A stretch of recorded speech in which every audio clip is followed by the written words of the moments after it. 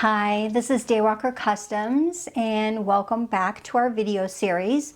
This is going to be just a short little video where I'm going to talk about the thickness of seams, in particular for handbag making.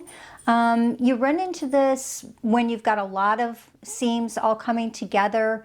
Doesn't happen as much when you're using a quilting fabric, a cotton fabric, but you can still run into it if you have a lot of layers.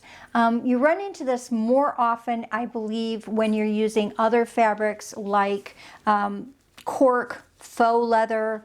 This is faux leather in this case, vinyls, heavy or upholstery fabrics, or canvas fabrics, duck cloth, things like that will definitely make your seams a lot thicker than normal cotton. As you can see here, here's my seam with normal cotton, and here's my seam with the vinyl. It's a lot thicker, obviously.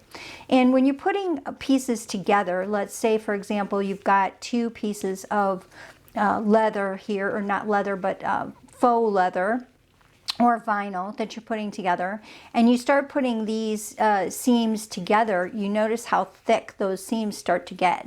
And one of the things that you can do is you can kind of butt them up with one part of the seam going one direction, the other part of the seam going the other direction. That reduces it a little bit rather than just, you know, piling them on top of each other. Because if I made them go the same direction, see how thick that seam is? But if I butt them up or make them go in different directions, I spread my seam across a bigger area, but it's also thinner, as you can see there. If I am putting together, let's say, for example, and this happens most frequently, is you've got your lining fabric, you've got your exterior fabric, you're putting it together, and you want this to kind of spread the seam out a little bit. You want to push that seam like this, so that half of the vinyl is on one side and the other half is on the other side. That reduces the bulk across that seam. And you can help hold that down, because sometimes it's a little difficult to hold down. You could put a piece of double-sided tape in there, and that would help to hold that in place a little bit, so that you could sew over that a little bit easier. I also tend to clip, especially if I'm doing multiple seams, because I might have, you know, multiple seams like this that I need to sew over with my cotton in the middle. And so let's put this seam together.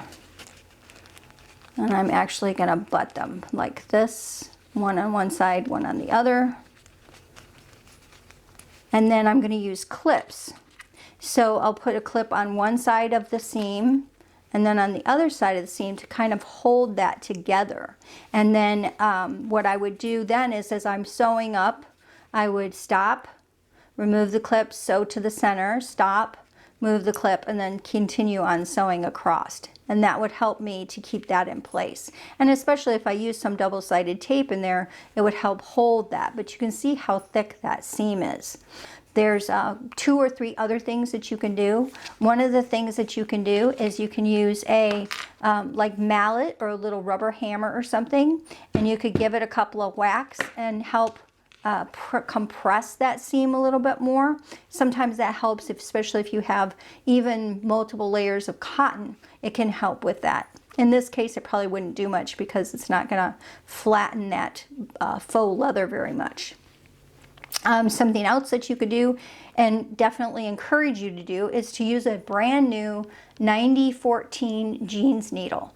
Making sure it's very sharp, and it's a heavier weight needle to help you get through the bulk.